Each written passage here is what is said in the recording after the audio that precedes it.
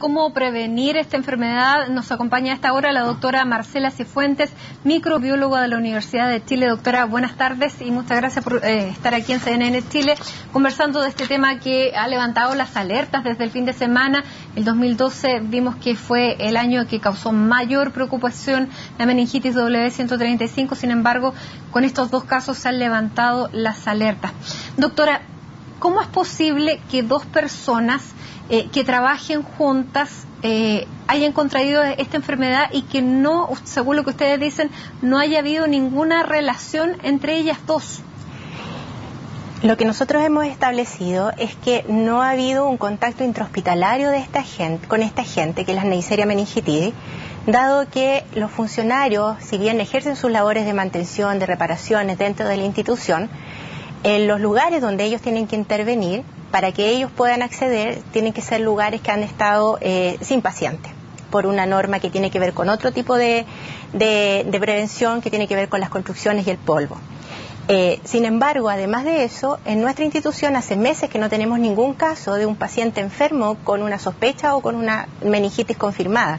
Por lo tanto, una fuente humana de Neisseria meningitidis de un paciente enfermo a la que ellos eventualmente se hubieran expuesto no existe.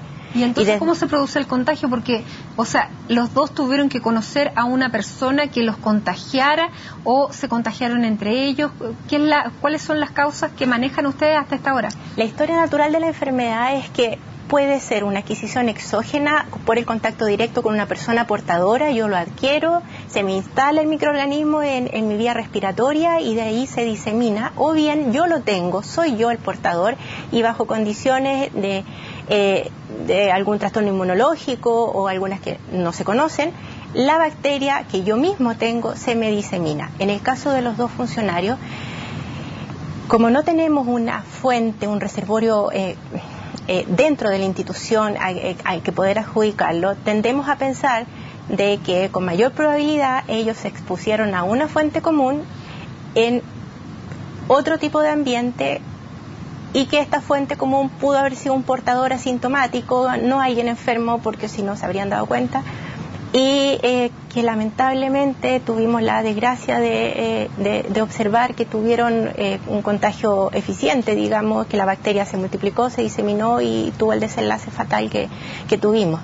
No es una situación común para nada, pero es una bacteria que les puedo decir a la comunidad con total seguridad que no es una bacteria típicamente intrahospitalaria y por lo tanto no tenemos riesgo de adquirir ese microorganismo por el hecho de concurrir o estar hospitalizado. Perfecto.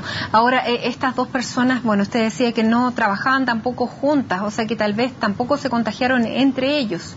Es difícil pensar, bueno, en medicina, la medicina no es una ciencia exacta, entonces nos basamos en probabilidades. Es poco probable que uno haya contagiado al otro porque para que eso ocurriera tendría que haber habido un periodo de días entre ambos cuadros clínicos. Al ser tan simultáneos ambos cuadros clínicos, eso es lo que nos da en el fondo la luz de que pudo haber sido una fuente común para ellos dos. ¿Y es posible identificar esa fuente común? Es muy difícil identificar esa fuente común porque el 5 a 10% de la población en el mundo, en Chile, en todas partes, es portadora del microorganismo. Y por lo tanto... ¿El 5 al 10% de todo el mundo es portadora de la W135? De la Neisseria meningitidis. ¿Ya? Un porcentaje menor va a ser estrictamente de la Neisseria meningitidis W135. Y pueden vivir muchos años con el microorganismo en la nasofaringe y no desarrollar ninguna enfermedad. Sin embargo, ser capaces de transmitirla a otra persona. Ahora, ¿las familias de estas dos personas que fallecieron sí se están sometiendo a un tratamiento profiláctico preventivo? Sí, eso es importante también de destacar el hecho de que la profilaxis internacional que estamos usando nosotros es una sola dosis de antimicrobiano, que es el ciprofloxacino, que se usó en todos los funcionarios que estuvieron expuestos a los funcionarios que fallecieron el día sábado. Y hay algunos de rezagados entre ayer y hoy día. Doctora, y se le administró a ellos y se le administró a la familia a partir de la indicación de la autoridad sanitaria. Hasta Hasta el 19 de julio, doctora, había 69 casos con 11 fallecidos hasta el día de ayer, hasta el día sábado, incluyendo estas 2 personas que murieron. ¿Cómo podemos catalogar que está la enfermedad hoy respecto a los años anteriores? ¿Tenemos más casos, son más mortales? ¿Qué le podemos decir a la población? Porque además estos no son las edades, básicamente el grupo de riesgo al que estaba dirigida la vacunación. Hay que cambiar el sistema de vacunación. ¿Qué hay que hacer? Exactamente, la enfermedad es más prevalente en los niños. En este caso afectó a 2 adultos de edad media. Hasta el momento, desde el punto de vista epidemiológico, no existe algo que nos indique que estamos frente a una situación especial. El número de casos de este año respecto del año pasado es similar y la mortalidad de este año respecto de la del año pasado es incluso inferior. Y respecto a medidas extras que tomar, a los niños se los está vacunando, ¿cierto?, al año. En estos momentos el calendario de vacunación es al año. Y durante el año pasado, el año 2013, hubo una campaña de vacunación que implementó el Ministerio de Salud y que estaba dirigida a los profesionales de la salud que atendían en forma ambulatoria a niños menores de 11 años. Pero solo a ese grupo, porque eran los grupos que podía estar en mayor riesgo, dado que la enfermedad es más prevalente en ese grupo etario. ¿Y es necesario modificar el sistema de vacunas de acuerdo a los casos que se han presentado este año? Debido a esto, sería difícil tener una justificación, eso le corresponde en todo caso al Ministerio de Salud, debido a que cuando se implementan políticas como campaña de vacunación para la gente para los profesionales de la salud, están dirigidos a los profesionales clínicos, a quienes prestan la atención del paciente, que pueden ser los que se contagien con un paciente. Pero en el caso de ellos no tienen relación con el paciente y por lo tanto el riesgo que presentan un funcionario del área administrativa respecto de enfermar por este tipo de microorganismo en las instituciones de salud en general es el mismo que deberían tener en la comunidad en general. Por lo tanto, pensar en una campaña para vacunar a este grupo sería como pensar en casi una campaña que incluyera al 100% de la población del país. Doctora, y a estas alturas del año tampoco se puede desarrollar el anticuerpo, porque una vacuna ahora no protege sino hasta 40 días más. Entonces, ¿cuáles serían las recomendaciones desde el punto de vista sanitario para las personas en general, ya que, como conversábamos, todo el mundo es posible de contagiar, sobre todo pensando que hay un ciclo de que luego del virus sincicial, de la influenza, las defensas de la población bajan y están mucho más tal vez expuestos a contraer bacterias como esta, como cualquier otra? ¿Cuáles serían las recomendaciones desde el punto de vista sanitario?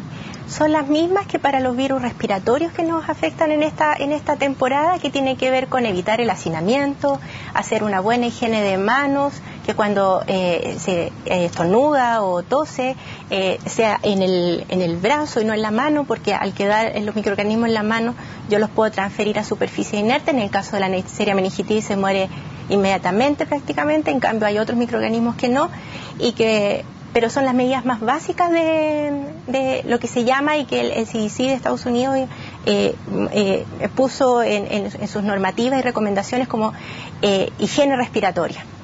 Ocupar pañuelos desechables, lavarse las manos después de limpiarse y básicamente eso. Cuando estamos en un lugar cerrado, vamos en el metro o algo así, cuando llegamos a nuestro lugar de trabajo, lavarnos las manos. Son cosas súper básicas y sencillas. Y en el caso de los hospitales, son simplemente cumplir con las medidas que ya están establecidas hace muchísimos años, que están en el programa del Ministerio de Salud, que son las precauciones estándar y que aplican para todos los pacientes en cualquier condición de salud que tengan. Muy bien, doctora Marcela Cifuentes, muchísimas gracias por estar con nosotros explicándonos y bueno, fue una lamentable coincidencia lo que ha ocurrido con estas 2 personas que trabajaban en forma externa para el Hospital Clínico de la Universidad de Chile. Muchísimas gracias nuevamente y con esto nosotros finalizamos primera edición. Les contamos que ya viene agenda económica y luego resumen ejecutivo. Nosotros nos volvemos a encontrar a las 21 horas donde vamos a tener una nueva media hora de noticias. Hasta entonces.